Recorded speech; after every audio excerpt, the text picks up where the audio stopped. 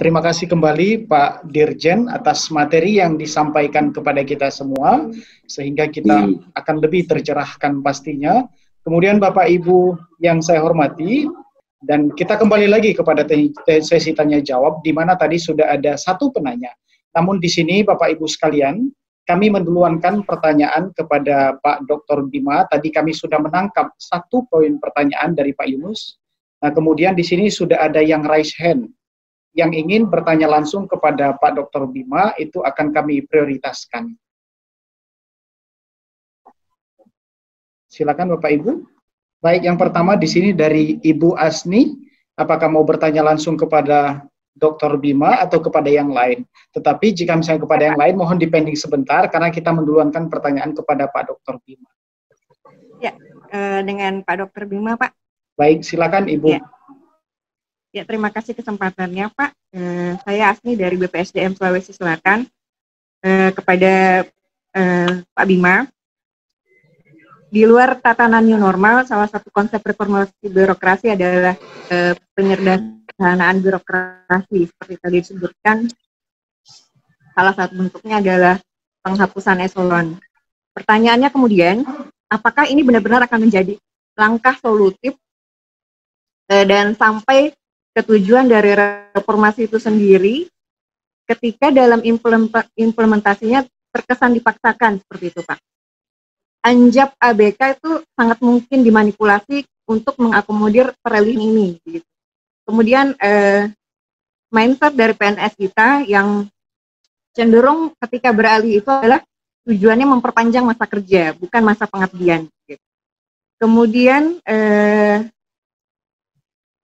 sudut pandang lainnya, ketika tingkatan manajemen ini dihilangkan, apakah PNS kita yang sebagian besar dengan budaya paternalistik yang sangat kuat bisa menyelesaikan tugasnya dengan baik dan penuh tanggung jawab ketika fungsi kontrol ini berkurang seperti itu.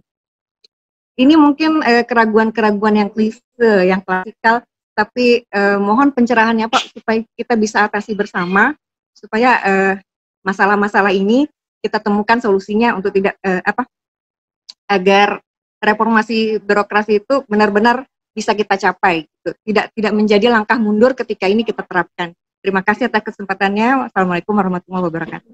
Waalaikumsalam warahmatullahi wabarakatuh. Bu Asni, terima kasih atas pertanyaan. Insya Allah sudah kami tangkap poinnya. Kemudian kami berikan kesempatan kepada Ibu Cut Asmaul Husna di sini yang juga sudah melakukan raise hand. Silakan Ibu Cut, mohon singkat saja ya, langsung kepada intinya. Silakan. Baik, terima kasih. Assalamualaikum warahmatullahi wabarakatuh. Mungkin sekalian Pak Bima dengan Pak Safrijal tadi dan itu karena terkait dengan anggaran gitu ya. Yang saya tahu dalam kondisi apapun terkait dengan keterbukaan informasi publik terhadap anggaran itu harus dibuka kepada publik. Begitu juga terhadap informasi serta-merta.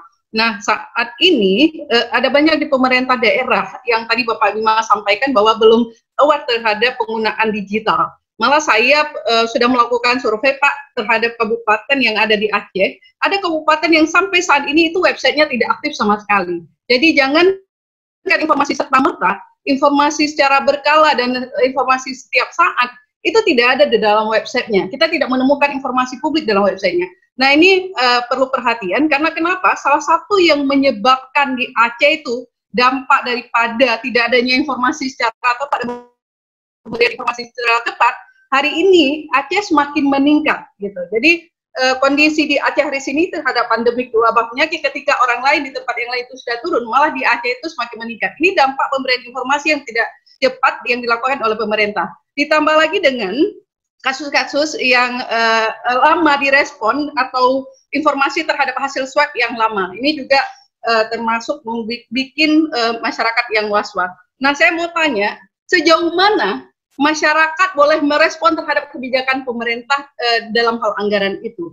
Karena di sisi yang lain juga kebijakan terhadap anggaran ini tidak dapat digugat begitu ya, tapi berharap bisa diaudit. Kemudian satu lagi bahwa yang tadi saya sampaikan, tadi Bapak sampaikan bahwa harus ada kompetisi, tapi banyak pimpinan daerah kita yang terpilih itu tidak punya kompetisi apa-apa gitu. Sehingga ketika ada pandemi seperti ini tidak dapat direspon dengan baik. Mungkin mohon maaf karena saya harus cepat ketika ketiga narasumber supaya waktunya. Terima kasih, saya kembalikan pada moderator. Assalamualaikum warahmatullahi wabarakatuh.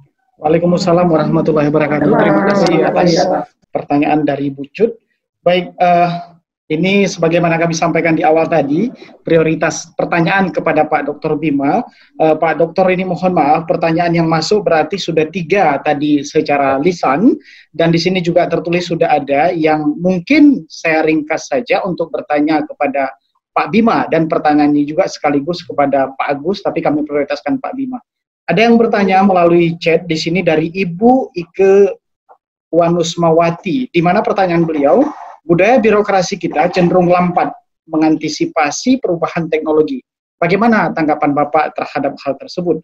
Kemudian ada lagi juga yang bertanya dari Asep Lesmana. Di sini di tengah tren serba digital ini, kami merasakan munculnya superioritas dalam disiplin akademik, khususnya rumpun teknologi. Apakah peran dalam disiplin ilmu sosial politik juga ikut berubah? Kemudian persiapan seperti apa yang perlu disiapkan lulusan sosial politik dalam menghadapi tantangan dinamika ini, khususnya di kajian pemerintahan. Mungkin untuk yang pertanyaan poin yang dari Pak Asep Lespada, ini mungkin Pak Bima sekaligus nanti Pak Prof. Agus Pramusinto. Baik, Pak Bima, tadi ada 3 pertanyaan yang di awal sudah disampaikan, sebagaimana kemudian 2 lagi yang saya bacakan. Di awal tadi dari Pak Yunus Bidin, saya persingkatkan kembali Pak, tadi legal status untuk forum dosen UTU dan Tendik. Kemudian yang berikutnya lagi tadi yang disampaikan oleh Bu Asni, mungkin poin intinya adalah fungsi kontrol, yang dimana penghapusan daripada eselon. Kemudian poin yang keempat tadi adalah dari Bu Cut Asmaul Husna, di mana kemudian ada pimpinan daerah itu justru, kalau kita lihat mungkin kapasitas dan kapabilitasnya mungkin maksud daripada beliau mungkin bisa kita bilang belum cukup mumpuni. Yang poin tadi kedua daripada Bu Cut Asmaul Husna adalah juga masalah keterbukaan informasi publik, khususnya berkaitan dengan masalah anggaran. Nah, sejauh mana kemudian masyarakat dapat merespon untuk hal tersebut? Kami prioritaskan untuk Pak Bima memberikan jawaban atau respon terhadap pertanyaan tersebut. Silakan Pak Bima. Terima kasih atas beberapa pertanyaannya. Saya akan coba gabungkan saja pertanyaannya. Kalau kita memperhatikan apa yang tadi saya sampaikan, itu dari sisi idealnya. Jadi bagaimana kita mencoba keluar dari masalah-masalah yang berada di depan kita dan mencoba mencari solusi-solusi agar bangsa ini atau pemerintahan ini bisa tetap survive. Nah, apakah itu akan berhasil? Di beberapa daerah di Indonesia sudah dilakukan. Jadi saya ambil contoh Jawa Timur. Jawa Timur itu dari sisi manajemen sumber daya manusianya sukses, menurut saya. Semua kabupaten di Jawa Timur, karena ada leadership. Jadi Jawa Timur itu satu-satunya provinsi yang sekarang ini sudah melakukan manajemen ASN secara digital dengan BKN. Jadi tidak ada lagi dokumen beredar di sana, langsung semuanya digital masuk, semua selesai. Provinsi lain sekarang ini sedang berlomba-lomba untuk mengikuti. Tapi yang banyak juga, yang belum juga banyak gitu. Dari seluruh Indonesia ini dari Sabang sampai Merauke, yang tidak mau pun masih banyak. Ini kan sebetulnya masalah awareness. Bagaimana kita mencoba lead, bagaimana kita mencoba memiliki daya saing untuk bisa survive di masa depan. Nah, pandemi ini mengajarkan kita sebetulnya bahwa kita mampu melakukan itu. Dengan WFH kemarin sampai 90% untuk pemerintahan pusat. Itu tidak ada satupun, menurut survei saya, menurut observasi saya, satu pelayanan publik pun yang tidak dilakukan. Semuanya dilakukan. Bagaimana bisa? Mereka kan bekerja di rumah, bagaimana itu bisa dilakukan? Mereka membuat aplikasi. Hampir seluruh kementerian bikin aplikasi. BKN itu setahun paling 5 aplikasi, 5 inovasi lah yang dibuat. Tapi dalam 3 bulan kemarin, tiba-tiba ada 25 aplikasi yang champion. Ini saya kaget sendiri. Ini BKN orang-orangnya jadul, kenapa bisa keluar dengan 25 game changers application seperti itu? Ya, kalau terpaksa mereka bisa. Kalau terpaksa mereka bisa. Nah, bagaimana reformasi birokrasi dalam new normal ini? Semuanya pasti berubah. Anjab ABK yang dulu kita lakukan nggak laku lagi sekarang ini. Itu harus dibuat ulang. Itu harus dibuat ulang. Tidak mungkin lagi kita menggunakan anjab ABK dengan sistem manual, kemudian kita coba terapkan pada sistem yang sudah akan menjadi digital. Jadi kita harus lakukan lagi itu. Dari awal lagi anjab ABK itu dengan memasukkan unsur-unsur sistem digital. Anjab ABK itu kan sekarang ini berapa sih kotaknya, ada berapa isinya, jadi kebutuhannya minta sisa yang kosong. Rasa-rasanya formula matematik seperti itu tidak bisa dilakukan lagi. Jadi kita harus tahu betul, kita sudah melakukan perubahan-perubahan apa dengan digital. Kenapa larinya ke digital? Karena itulah satu-satunya sedia yang bisa kita gunakan untuk membantu proses perubahan ini dengan cepat. Ada yang lainnya? Nggak ada. Jadi kita taking advantage dari perubahan itu. Istilahnya riding the wave. Ini ada ombak. Kalau ada ombak, kita mau apa? Mau berenang, mau menyelam, atau mau naik surf. Paling cepat mana? Gitu. Kalau ada surf, dan saya bisa menggunakan surf, kenapa saya tidak menggunakan surfing? Celakanya kalau kita tidak mengerti bagaimana menggunakan surfing itu. Nah, itu kita terpaksa berenang, terhempas ombak, dan lain-lain. Jadi penguasaan kita terhadap opportunity yang ada di sekeliling kita ini menjadi penting artinya. Dan opportunity itu muncul dengan teknologi. Nah, ini juga pertanyaan, apakah kemudian teknologi itu menjadi satu-satunya? Atau kenapa sih ada dominasi teknologi di situ?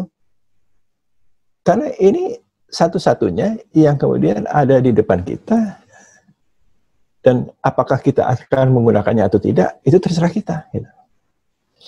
Kebetulan, ini bukan karena saya S1-nya teknik mesin, S2-nya computer science, gitu ya. S3 saya administrasi public policy. Jadi saya paham dari banyak sisi itu.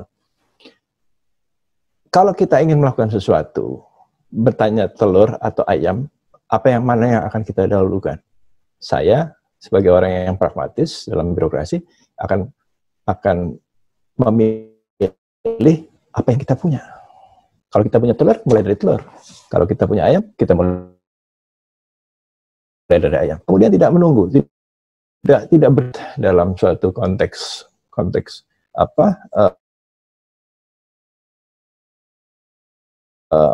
wacana yang kemudian ini memperlambat. Jadi kita mulai dari apa yang ada sekarang ini, kita gunakan itu semaksimal mungkin untuk membuat perubahan. Cara yang paling cepat sekarang ini, suka atau tidak suka, adalah digital. Perubahannya cepat sekali. Semuanya menjadi digital. Semuanya instantly digital, mendadak digital. Bank menjadi digital. Saya sebelum COVID itu ke Eropa, ke Inggris, ke Prancis, nggak ada lagi bank. Semuanya sudah digital. Bank BCA juga akan begitu. Saya bahkan membuat startup financial technology untuk credit line bagi ASN. Gitu. Saya bikin sendiri. Bunganya bisa jauh lebih kecil daripada bunga bank dengan cara seperti itu. Karena tidak ada operational cost, karena itu semua artificial intelligence. Nah, kita bisa memulai dari sana. Bagaimana membangun suatu birokrasi yang efisien. Yang efisien. Nah, ini nanti perdebatannya, terus orang-orangnya akan dikemanakan, Pak? Gitu ya. Ya, kalau matematik, kalau kita berbicara human capital, itu kejam. Kalau dia yang tidak, kalau dia menjadi beban untuk bangsa dan negara, kenapa kita harus pelihara? Itu bahasa human capital. Tapi mungkin, sebagai kepala BKN, saya harus mencari cara yang bermartabat untuk exit strateginya bagaimana. Gitu. Tapi kalau kita berbicara human capital, nggak kayak gitu. Ada investornya, itu human capital. Itu bisa dilakukan di swasta. tapi agak sulit dilakukan di pemerintahan. Walaupun mungkin kalau ganti pemimpinnya nanti bisa saja seperti itu. Nah, kita perlu juga hitung seperti itu. Oke, kalau begitu bagaimana cara exit strategi yang bermartabat? Untuk saya paling gampang adalah WFH permanen aja sampai pensiun.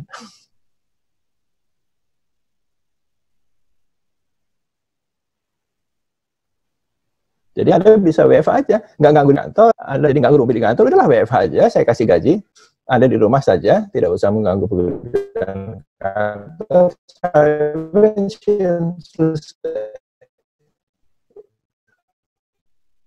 Itu cara paling gampang, tidak ada suatu kebutuhan personal atau menjadi kebutuhan publik.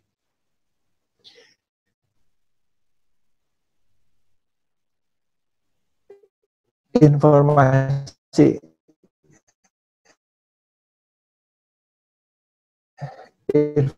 itu menurut saya adalah milik publik. Saya kan hanya masing-masing harusnya boleh punya akses dong, gitu.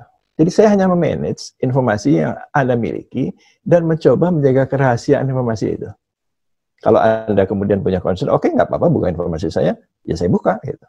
Dan kalau saya mau tahu informasi Anda sekarang, lebih cepat mencari di Google daripada mencari di SAPK. SAPK itu kan banyak prosedurnya, jadi NIP dulu isi, lama gitu. Saya cari di Google, saya tahu kok langsung siapa Anda, gitu.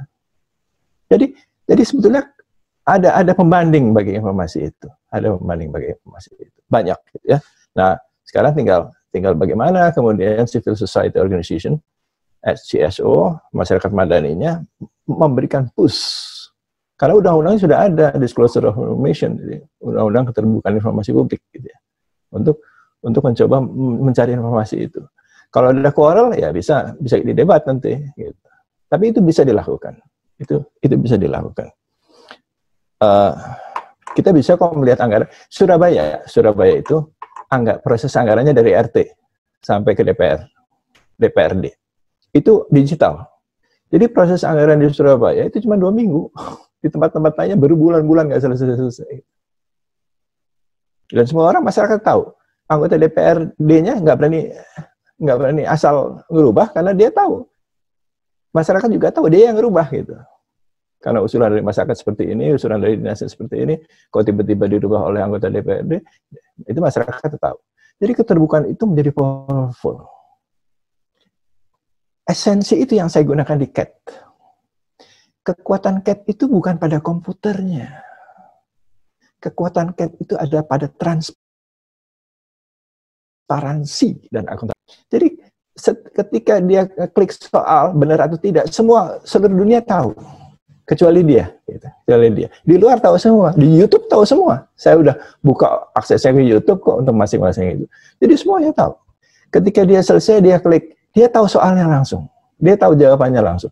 Dia tahu teman-temannya semua tahu. Jadi tidak mungkin bisa diubah angka itu. Tidak mungkin rankingnya diganti. Siapa yang menjaga? Saya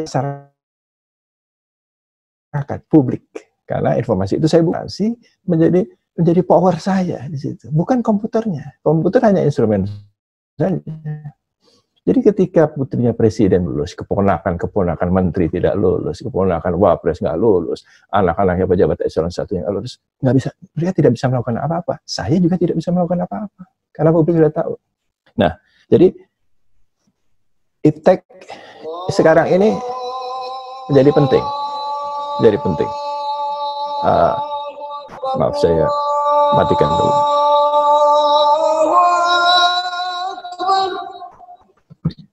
Bukan karena dia lebih dominan dari yang lain. Cuman karena opportunity saat ini adalah dari iptek. Dan ke depan akan begitu juga kalau kita lihat industri 1.0, 2.0, 3.0, 4.0, 5.0. Itu semua karena teknologi. 1 karena mesin uap, 2.0 karena listrik dan assembly line, 3.0 karena robotik dan komputer, 4.0 karena Internet of Everything, karena cyber. Nanti 5.0 karena siapa yang tahu lagi 6.0 seperti apa. Itu yang terjadi di dunia. Kita tidak bisa mencoba memanipulasi stimulasi gerakan-gerakan itu. Itu terjadi, kita tinggal pakai atau tidak pakai. Kalau kita lebih cepat ya kita pakai. Nah, banyak yang masih lamban merespons itu. Ya budaya, apalagi budaya non-milenial, kolonial. Tuh ada yang milenial dan ada yang kolonial. Yang kolonial ini yang susah nih. Banyak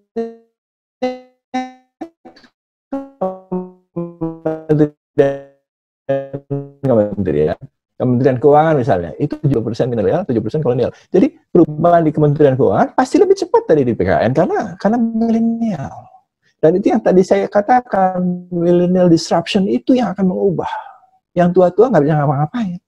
Berbeda cara kerjanya. Mereka datang ke saya, anak CPNS itu, Pak, Bapak ada kerjaan nggak untuk saya? Saya belum jawab, dia bilang lagi, kalau Bapak nggak ada kerjaan, saya resign deh Pak. Ngapain jadi PNS juga nggak ada kerjanya. So, definition of loyalty change, gitu ya. Definisi berubah semua. Jadi loyalitas. Kalau dulu kepada orang, kepada change, kepada inovasi. Jadi itu yang mereka kejar sekarang. Bayangkan kalau data-data statistik ASN itu ya, sekarang sih masih 30%. Ya ini sudah 90%, kira-kira akan berbeda tidak birokrat? Pasti berbeda. Jadi bahwa yang tua-tua ini kemudian secara alamiah hilang dan yang milenial ini akan mendominasi birokrasi, itu pasti. Dan saya yakin pada saat itu kita akan sudah sangat berubah. CPNS yang masuk sekarang ini sangat fasih teknologi. Itu 20 tahun lagi sudah akan jadi kepala dinas. Jadi 20 tahun lagi sudah akan berubah total. Tapi terlalu lama, 20 tahun lagi, 5-10 tahun lagi mestinya sudah harus berubah total. Nah, pada saat itu akan terjadi digital gap. Daerah-daerah yang responsnya cepat akan maju dengan sangat cepat. Tapi yang tidak, kemudian akan semakin tertinggal di belakang. Jadi gap itu tidak lagi economic gaps ke depan, tapi akan menjadi digital gaps. Dan kalau itu terjadi, nah susah, masyarakatnya susah. Masyarakat di daerah itu susah, karena akses terhadap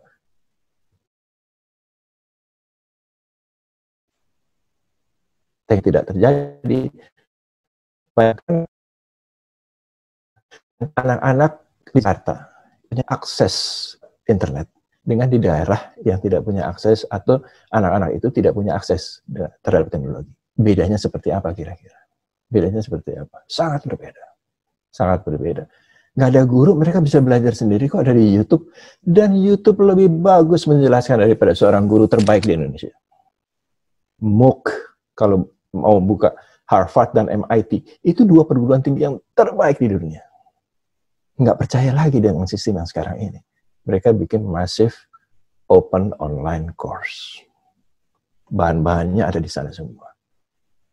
Kalau masih butuh guru, nah di Singapura, tahun lalu saya ke Singapura, mereka udah coba, guru SD-nya adalah robot. Anak-anaknya lebih senang belajar dengan robot karena robot tidak marah-marah. Gitu.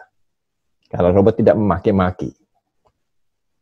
Jadi anak-anaknya fun, having fun dengan robot teacher itu. Karena ilmunya semua sudah ada di internet. Di internet itu mulai dari kacang atom sampai bom atom tersedia. Mau belajar apa ada di sana. Teroris itu bikin bom-bom itu kan dari internet. jadi tinggal bagaimana kita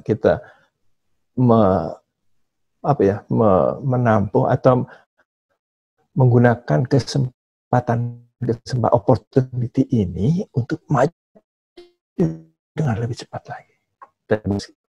Apakah semuanya seperti itu? Ya tidaklah. Makanya reformasi itu butuh juga cultural transformation, perubahan kultur. Dan Indonesia ini tidak mudah karena kultur dari Sabang sampai Merauke berbeda. Dan itu tidak bisa dengan hanya satu kebijakan. Perlu waktu untuk perubahan culture itu. Kalau mereka kemudian bisa menerima, mindsetnya lebih cepat berubah, mereka lebih terbuka, itu akan lebih cepat lagi perubahannya. Nah, saya kira mungkin itu saya harap. Oh, yang satu lagi, Pak Yunus tadi, P3K. Ini saya punya dua jawaban basi-basi sama jawaban terus terang gitu ya. Tapi oke lah, kita sedang menunggu Perpres mengenai gaji P3K. Ini yang sebetulnya akhir tahun lalu sudah hampir rampung, tapi karena ada pandemi, konsentrasi pemerintah dan uangnya itu juga digunakan ke sana. Jadi ini sekarang ini sudah dalam tahap penyelesaian di istana, di Setnek. Jadi mudah-mudahan tidak terlalu lama lagi kepres gaji P3K itu sudah keluar. Kalau kepres untuk jabatan BKN sudah tinggal gaji. Begitu selesai, BKN siap dengan NIP-nya. BKN siap dengan penetapan NIP-nya sudah. Kami masih nunggu kepres itu, sehingga kalau itu selesai, dalam waktu 2 minggu mungkin bisa kita selesaikan NIP P3K. Dan ada resmi menjadi ASN. Saya kira itu saja. Terima kasih. Assalamualaikum warahmatullahi wabarakatuh. Mohon maaf saya harus minta izin karena harus. Waalaikumsalam warahmatullahi wabarakatuh. Terima kasih. Ikut rapat. Baik, terima kasih Pak Bima atas jawaban yang telah disampaikan kepada kita semua. Di sini memang sudah terjawab semuanya untuk kemudian pertanyaan tadi. Baik Pak Bima, mohon maaf ini sebelum meninggalkan tempat, terlebih dahulu ada permintaan khusus Pak dari kami panitia Pak untuk kita foto bersama seperti itu Pak. Bisa Pak ya?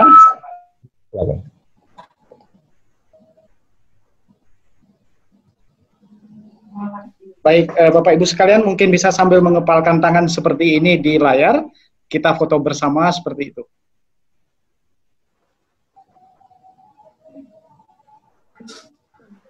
Jadi kami hitung 1, 2, 3. Oke, layar berikutnya 1, 2, 3.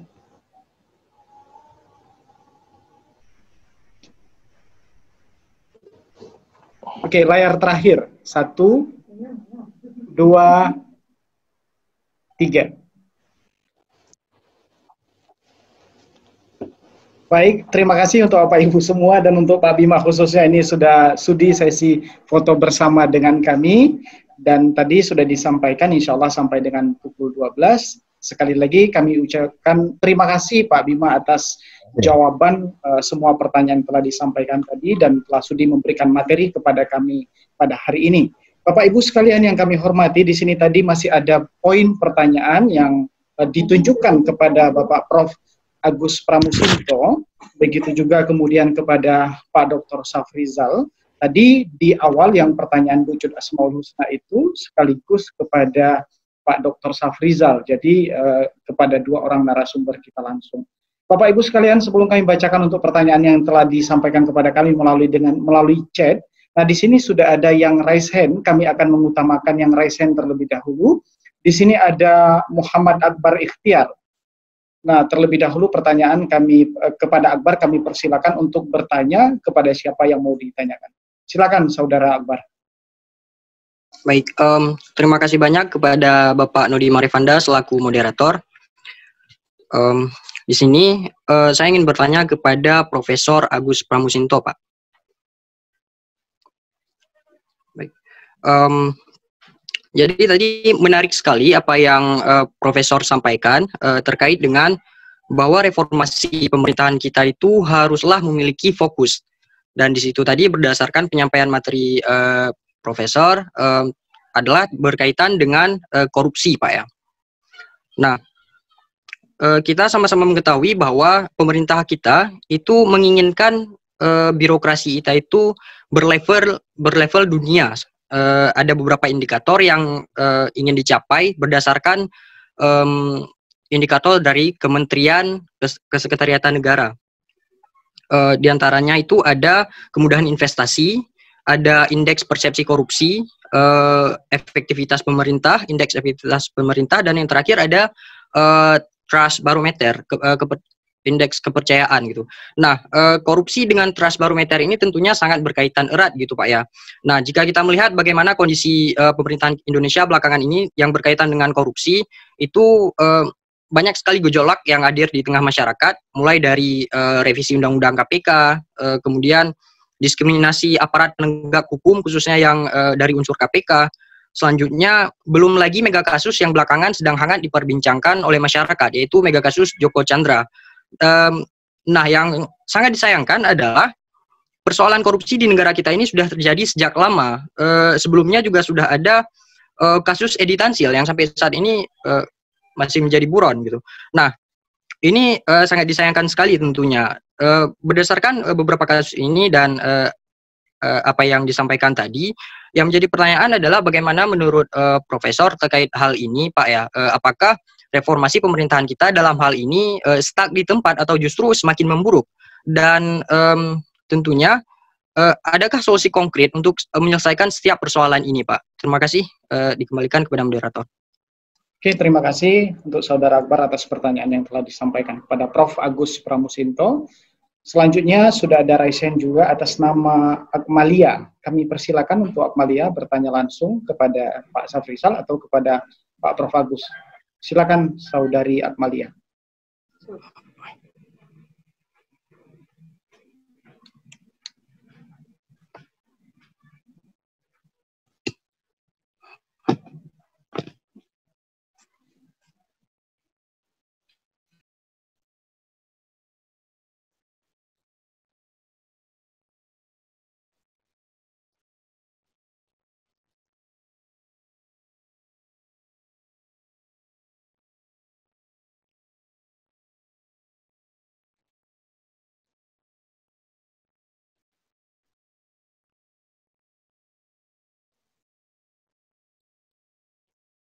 Ini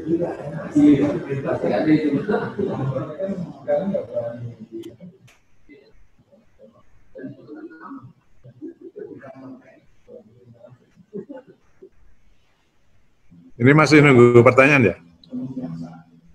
Iya, Prof, ini dari Akmalia, tapi sepertinya ini ada problem di sistemnya. Langsung saya bacakan dulu mungkin Prof yang pertanyaan yang sudah masuk melalui chat kepada kami, selain tadi pertanyaan langsung, yaitu kalau kami cek di sini Prof, ada pertanyaan dari Pak Samsul Alam. Di sini spesifik pertanyaannya kepada Prof, di mana pertanyaan daripada beliau ini, mohon Prof dapat menjelaskan mengapa sebagian pemerintah itu sukses memanfaatkan kemampuan IT untuk mengefektifkan pemerintahan. Kemudian, sebagian lain gagal. Nah, dan mengapa justru Indonesia terjebak dalam penggunaan IT untuk post-truth communication. Lalu apa pelajaran yang dapat diambil oleh Indonesia dari hal tersebut? Itu dari Pak Samsul. Kemudian ada pertanyaan yang berikutnya dari Ladidi di sini, bertanya kepada Prof juga, bagaimana model reformasi birokrasi di Indonesia dengan adanya Perpu yang memberi imunitas penguasa dalam menggunakan keuangan negara tanpa bisa dituntut secara hukum. Dan ada pertanyaan yang terakhir ini untuk Prof juga, atau 4 pertanyaan, yaitu dari Bapak Hadi Tuasikal, ini dari Papua. Di mana pertanyaannya adalah, mohon maaf ini Prof, ini pertanyaannya bukan hanya Prof, tapi juga untuk kepada narasumber yang lain, yaitu beliau bertanya bagaimana konsep ideal reformasi birokrasi di Indonesia dengan diberlakukannya undang-undang yang tumpang tindih di Papua Barat, namun tidak dijelaskan untuk di sini undang-undang yang tumpang tindih itu apa saja, hanya disampaikan adanya undang-undang yang tumpang tindih. Kemudian hal tersebut memberi peluang kepada penguasa menggunakan uang negara di daerah tanpa bisa dituntut hukum. Kira-kira 4 pertanyaan dulu, Prof. Mohon berikan jawaban kepada para penanya. Terima kasih. Silakan, Prof. Baik, terima kasih. Saya mungkin juga menambah jawaban-jawaban sebelumnya. Dengar ya suara saya? Jelas, Prof. Oke ya. Tadi soal terkait respon atas pandemi ini. Memang kadang-kadang ketika ada kebijakan, cara melihat seseorang itu bisa berbeda. Ada yang mengatakan, kok dilakukan seperti itu, padahal kondisi kita seperti ini. Contoh sederhana misalnya, orang mempersoalkan soal penggunaan kelas online. Yang satu mengatakan, ya itu pilihannya memang harus seperti itu. Karena kelas tidak mungkin secara fisik karena protokol kesehatan, tetapi yang lain mengatakan, wah ya kalau kelas online dijalankan, internet kita itu kan belum merata. Nanti kemudian menimbulkan persoalan yang lain. Maka sebetulnya cara melihat kita itu, ada yang mengatakan tidak bisa dilakukan karena macam-macam. Atau kelompok yang satu adalah bisa dilakukan asal.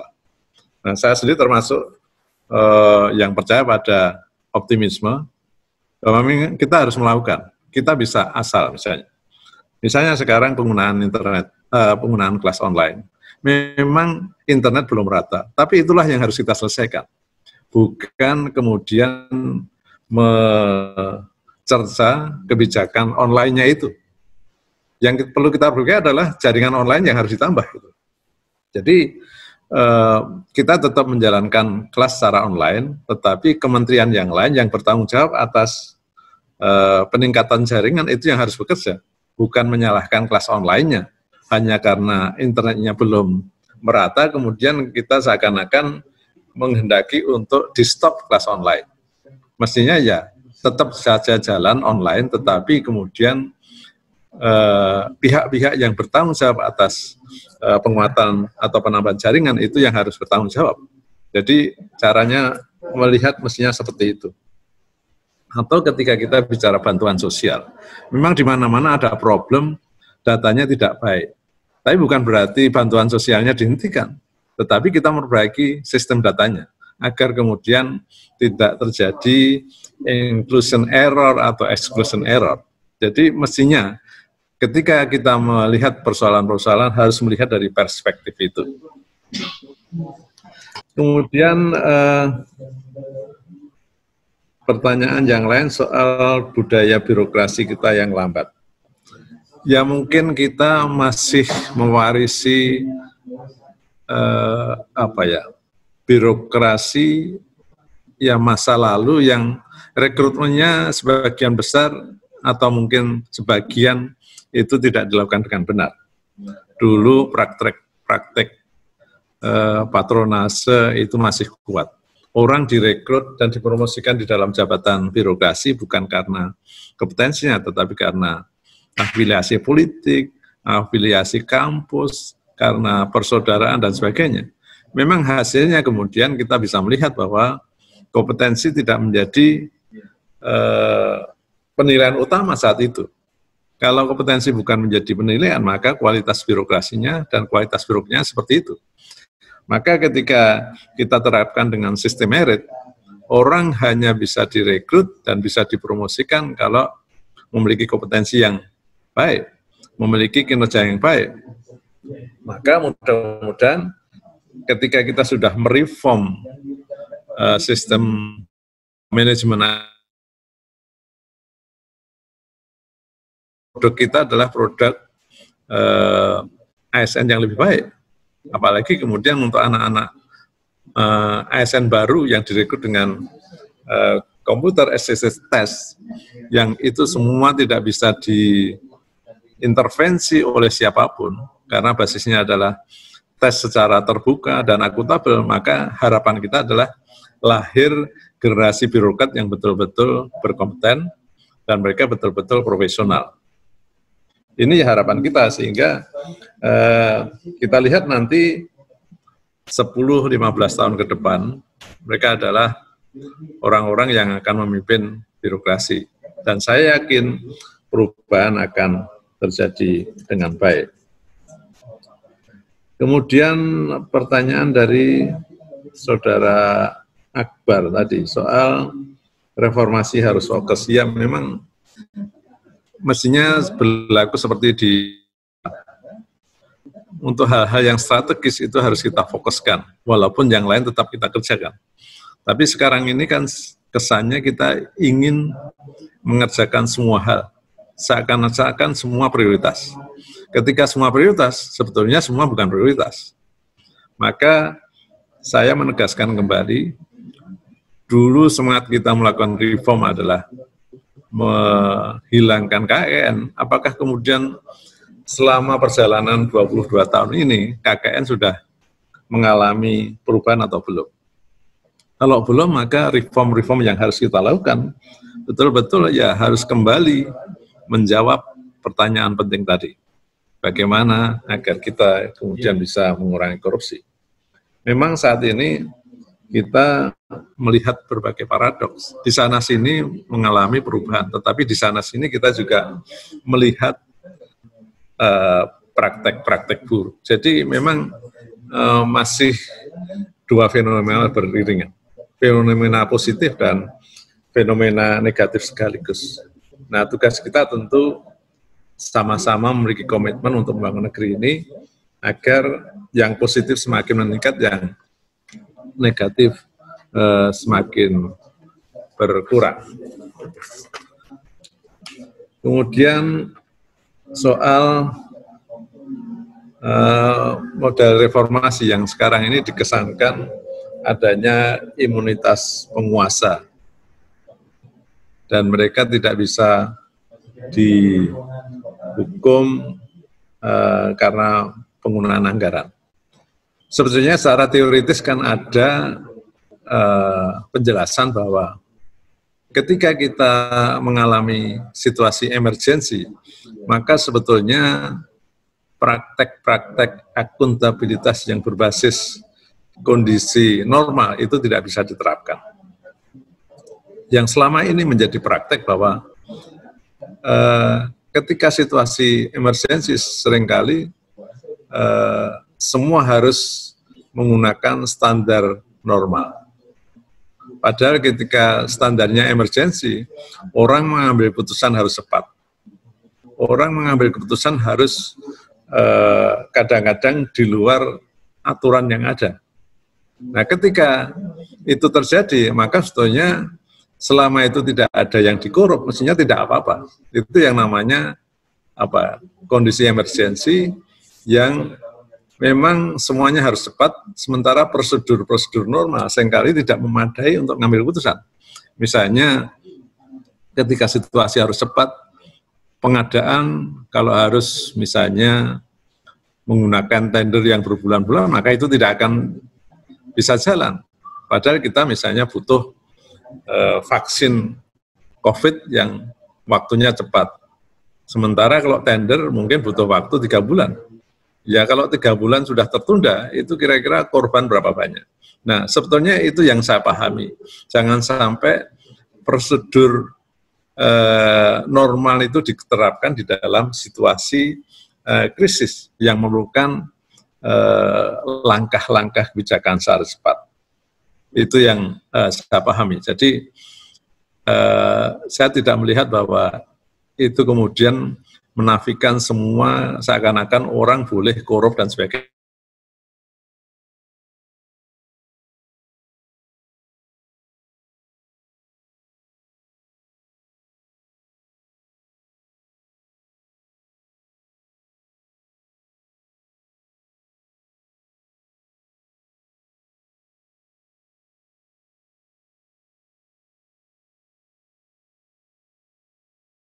PR kita bahwa tumpang tindih regulasi, tumpang tindih kebijakan itu ada di mana-mana, dan itu adalah problem kita yang harus kita selesaikan. Dan mungkin ya kita harus memikirkan langkah-langkah yang tepat agar semua kita bisa menjawab apa yang kita harapkan. Terima kasih. Baik, Prof, terima kasih tadi sekali lagi atas jawaban yang sudah diberikan, dan selanjutnya kepada Pak Dr. Safrizal. Halo, saya sudah bisa mendengarkan.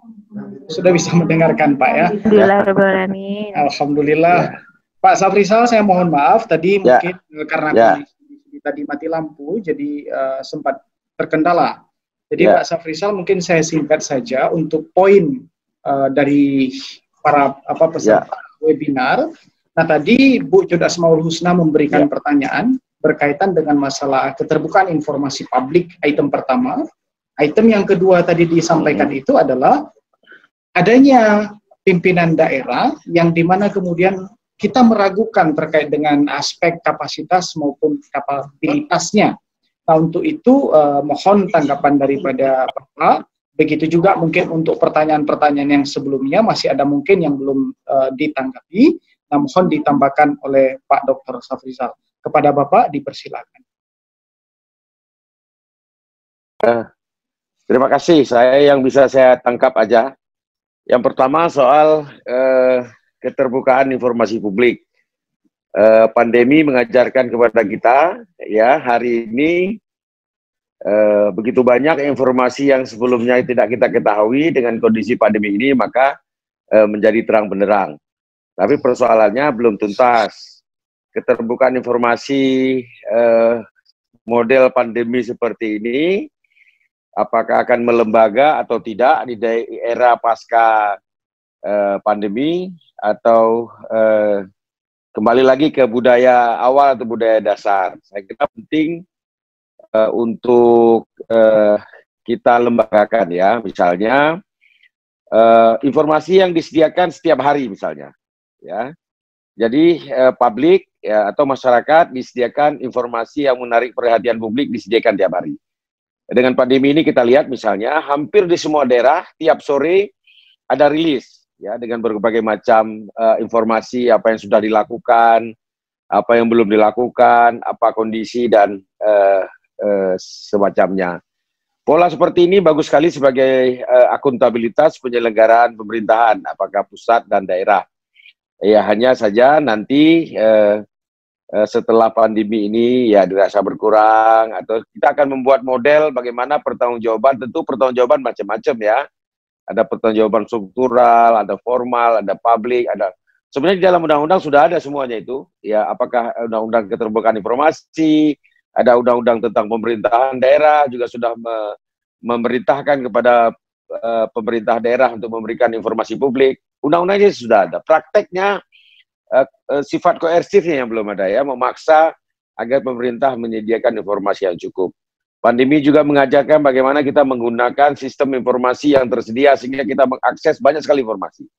Tinggal nanti berikutnya kita akan kategorisasi informasi mana yang ini memang haknya masyarakat untuk mengetahui, mana yang sifatnya informasi tertutup yang hanya menimbulkan diskursus atau diskusi berkepanjangan yang dan tidak tidak memiliki kontribusi positif terhadap perkembangan. Nanti tentu kita akan kategorisasi. Yang jelas kami dari aspek keterbukaan informasi di era pandemi ini sangat menggembirakan. Tantangannya berketerusan atau hanya berhenti di era ini saja. Ya, saya kira demikian soal informasi publik. Baik, Pak Dokter, terima kasih Pak atas jawabannya. Dan Bapak Ibu sekalian, kami masih membuka satu sesi terakhir khusus untuk 2 penanya saja. Silakan jika ada yang mau bertanya bisa secara langsung. Pak Fadil Ilhamsah mungkin yang terlebih dahulu kami persilakan untuk bertanya. Silakan Pak Fadil. Baik, saya mungkin ingin bertanya kepada Prof. Agus Pramusinto. Sebagai core dari KASN itu, selain untuk mewujudkan sistem merit system di dalam birokrasi, namun juga KASN fokus kepada bagaimana mewujudkan netralitas birokrasi. Saat ini kita sering melihat bahwa terkadang para aparatur sipil negara itu berkeinginan untuk bekerja secara profesional, di mana bagaimana menerapkan sumpahnya sebagai PNS gitu, jadi bekerja profesional. Namun ada kalanya mereka terjebak dalam suatu kondisi di mana mereka ditarik di dalam politik praktis. Sebagai contoh misalnya di saat menjelang pilkada, di saat menjelang pemilu, mereka dipaksa untuk menjadi tim sukses mendukung kandidat-kandidat tertentu. Biasanya itu dari kalangan incumbent misalnya, untuk mendukung incumbent di periode yang kedua. Yang ingin saya tanyakan kepada Prof. Agus adalah bagaimana kita untuk di era yang baru ini meng-create suatu netralitas yang bagus bagi birokrasi di Indonesia ini. Bagaimana cara mewujudkan netralitas itu? Memang kalau kita lihat kondisi politik praktis sekarang agak sulit untuk diwujudkan, tapi bukan sesuatu hal yang tidak mungkin. Netralitas itu bisa diwujudkan di kedepannya. Demikian Prof, terima kasih atas jawabannya. Saya kembalikan kepada moderator. Baik, terima kasih Pak Fadil atas pertanyaan yang telah disampaikan. Ini langsung saja mungkin kepada Prof. Agus, kami minta kembali kesediaannya untuk menjawab pertanyaan dari Pak Fadil. Kepada Prof. Agus, dipersilakan. Terima kasih Mas Fadil atas pertanyaannya. Memang KSN menjaga sistem merit, dan sistem merit di dalamnya termasuk netralitas ASN. ASN dalam aturan memang harus profesional dan tidak, sebetulnya yang pas itu imparsial, treating all rivals equally. Jadi memperlakukan semua partai atau semua calon itu dengan sama, sehingga sebetulnya dia tidak berposisi di mana-mana. Dan memang ini sudah menjadi keprihatinan kita. Banyak ASN yang sebetulnya belum paham. Para PPK atau bupati, gubernur yang menjadi incumbent sering kali menarik-narik posisi ASN untuk dukung-mendukung. Padahal sekarang ini aturannya jelas. Jadi kalau ada ASN ditarik-tarik, ya sebetulnya berbicara saja dengan mereka yang menarik-narik secara asertif. Asertif itu jelas dan tegas karena aturannya ada. Ketika mereka bisa menyampaikan dengan baik, saya kira juga mereka akan menerima. Misalnya gini, ketika disampaikan bahwa ASN tidak boleh dukung-mendukung, nanti kalau betul-betul terlibat dan ketahuan, dilaporkan ke Bawaslu dan Bawaslu ke kami, ke KSN, kami akan menindak tegas.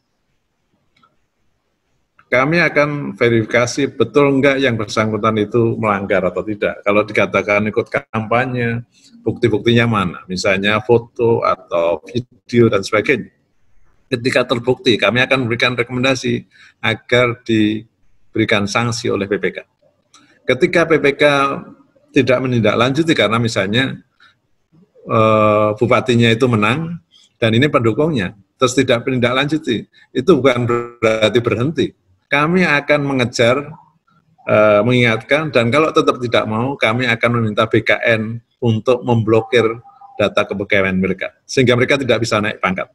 Jadi ini bukan main-main. Dan sekali lagi, sekarang ini bukan eranya politik balas budi dan balas dendam, karena itu tidak mungkin dilakukan. Ketika ada bupati yang Anda dukung menang, Anda juga tidak bisa otomatis dipromosikan, karena untuk promosi harus lewat kami. Seleksi terbuka yang harus diumumkan secara transparan, diseleksi, ada pansel dan sebagainya. Kalau Anda nggak masuk kriteria dan nilainya tidak memenuhi, juga tidak akan masuk 3 besar yang kemudian bisa dipilih oleh bupati. Bupati hanya berhak memilih 1 di antara 3. Dan ketika calon yang menang itu kemudian bukan yang Anda dukung, bupati juga tidak bisa otomatis mengganti Anda secara semena-mena. Karena untuk menggeser itu minimal Anda di posisi jabatan itu 2 tahun. Sebelum 2 tahun Anda nggak bisa diapa-apakan, kecuali Anda memang melanggar aturan. Tetapi ketika Anda tetap berkinerja, tidak ada pelanggaran apapun, Anda tetap aman di situ, walaupun Anda bukan pendukung bupati. Yang ini yang harus dipahami. Jadi politik balas budi politik balas dendam itu sudah tidak bisa diterapkan dalam aturan yang sangat tegas ini. Sampai saat ini kami sudah menerima aduan 490 untuk pilkada serentak 9 Desember 2020 ini. Dan kami sudah memproses 370-an.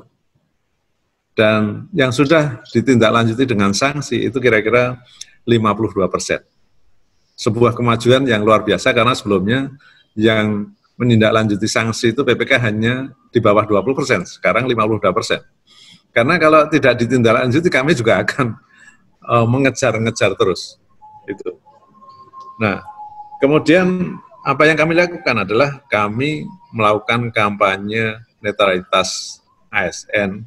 Dulu sebelum pandemi kita lakukan secara fisik di Makassar, tapi setelah ada pandemi ini kami lakukan secara virtual, mengundang para menteri, mengundang gubernur, sekda, dan sebagainya untuk memberikan pemahaman agar ASN tidak ditarik-tarik ke politik. Dan yang virtual sudah 2 kali, besok pagi yang ketiga kali. Silahkan kalau mau mengikuti. Besok ya ada beberapa anggota dewan, menteri yang ikut bicara di dalamnya. Jadi itu yang kami lakukan demi menegakkan netralitas ASN agar kemudian mereka bisa bekerja secara profesional. Terima kasih. Terima kasih Prof atas jawaban yang disampaikan kepada kita semua. Bapak Ibu sekalian, kami membuka satu pertanyaan terakhir. Jika ada bisa langsung bertanya, silakan. Mungkin sistemnya bisa raise hand terlebih dahulu, siapa yang mau bertanya? Baik Prof, ini ada pertanyaan terakhir yang chat langsung, di mana kemudian pertanyaan yang disampaikan ini adalah masih berkaitan dengan pertanyaan yang disampaikan Pak Fadil tadi. Pertanyaannya masuk kepada kami, bagaimana pandangan Prof, kepala daerah, misalnya tingkat kabupaten ataupun tingkat provinsi, yang memang kita tahu mereka itu dari partai. Tapi begitu telah terpilih jadi bupati ataupun jadi misalnya gubernur, apakah tidak sebaiknya mereka memang melepas dari partai itu? Karena gubernur ataupun bupati itu kan merupakan jabatan politis. Dan mereka bukan, mereka langsung dipilih oleh rakyat dalam hal ini, bukan dipilih oleh partai. Bagaimana pandangan Prof berkaitan dengan hal tersebut demi mewujudkan birokrasi yang lebih ideal, lebih baik, dan sebagainya? Silakan Prof. Ya, baik. Mestinya kalau seseorang itu kemudian terpilih menjadi bupati atau terpilih menjadi gubernur, ya mereka harus menjadi seorang negarawan. Mereka bukan sekedar mewakili partai. Kalau mereka dipilih oleh warga 50% plus 1, berarti kan ada 50% minus 1 yang tidak memilih mereka. Itu tetap warga negara mereka. Itu harus diperhatikan. Karena itu memang diperlukan orang-orang yang memiliki jiwa kenegaraan, yang betul-betul memiliki tanggung jawab untuk memikirkan sebuah daerah, bukan hanya memikirkan kepentingan partai. Ini yang kita butuhkan, dan itu semua akan tergantung juga pada kita semua sebagai pemilih. Kualitas demokrasi adalah potret kita semua. Kalau kita semua masih mau dibayar dengan 50.000, ya kualitas demokrasi kita ya cuma seharga 50.000. Menggadaikan daerah untuk seseorang selama 5 tahun hanya dapat 50.000. 50.000 dapat apa? Ini yang artinya kembali ke kita juga. Kita bisa tidak memilih orang yang betul-betul memiliki komitmen. Dan ketika sudah memilih, kita juga tidak berhenti hanya di bilik suara. Kita harus tetap mengawal day-to-day politics. Apa yang dilakukan oleh bupati, itu harus kita kawal dalam sehari-hari. Ketika membuat kebijakan, kita harus kawal substansi kebijakan yang dibuat seperti apa. Apakah itu mencerminkan peningkatan pelayanan dan kebijakan publik atau tidak. Kalau tidak, ya kita harus say something, mengatakan sesuatu, kita harus bicara, berteriak. Karena itu bagian dari demokrasi. Jangan mendiamkan pimpinan yang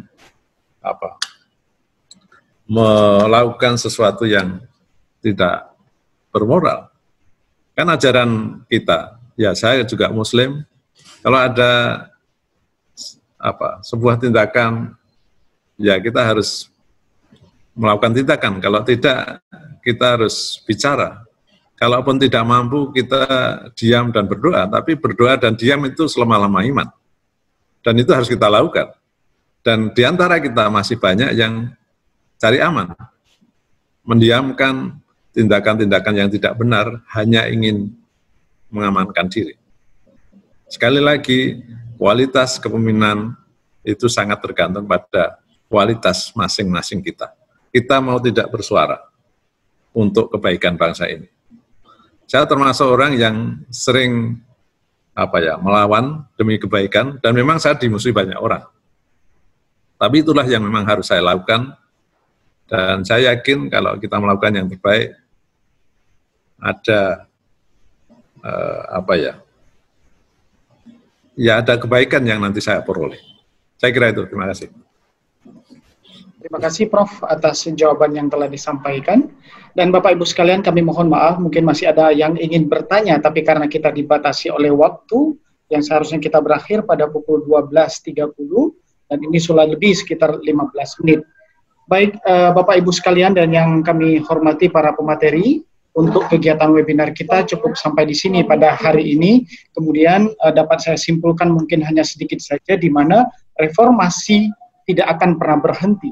Setiap reformasi diharapkan menghasilkan kemajuan, kemudian tiap kemajuan menghasilkan tuntutan baru mengamanatkan reformasi yang baru. Saya mengutip kalimat tersebut dari Prof. Agus Pramusinto, di mana kemudian untuk mewujudkan itu sangat dibutuhkan kerjasama dari kita semua, ataupun kerjasama dari berbagai stakeholder untuk mewujudkan birokrasi yang baik dan bersih di Indonesia. Terima kasih, sekian dari saya kembalikan kepada Pak Fadil Ilhamsyah. Saya tutup dengan ucapan hadanallahu wa iyyakum ajmain. Assalamualaikum warahmatullahi wabarakatuh.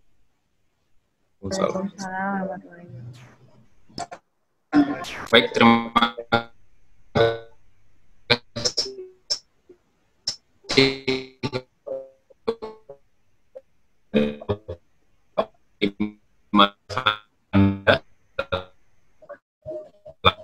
diskusi hari ini. Terima kasih juga Kepala BKN dan juga Bapak Dr. Safrizal HMSI, Dirjen Bina Administrasi Kuliah Kemendagri. Terima kasih juga kepada Profesor Jasman J. Ma'ruf, SIMBA, selaku Rektor Universitas Umar yang telah berhadir dalam acara webinar nasional, dan juga Bapak Dekan Basri SHMH, Dekan Fakultas Ilmu Sosial dan Politik Universitas Teguh Umar.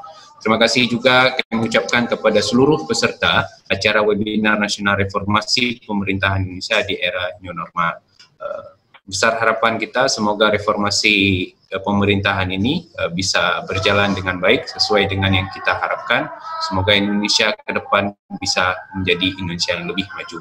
Saya selaku penyelenggara mewakili program studi ilmu administrasi negara Fakultas Ilmu Sosial dan Politik Universitas Umar, mengucapkan terima kasih kepada semuanya. Saya akhiri, billahi taufiq. Assalamualaikum warahmatullahi wabarakatuh. Terima kasih Pak Rektor. Terima kasih Prof. Bagus. Terima kasih semuanya ya. Banyak sekali ilmu hari ini kami dapat. Terima kasih. Ya.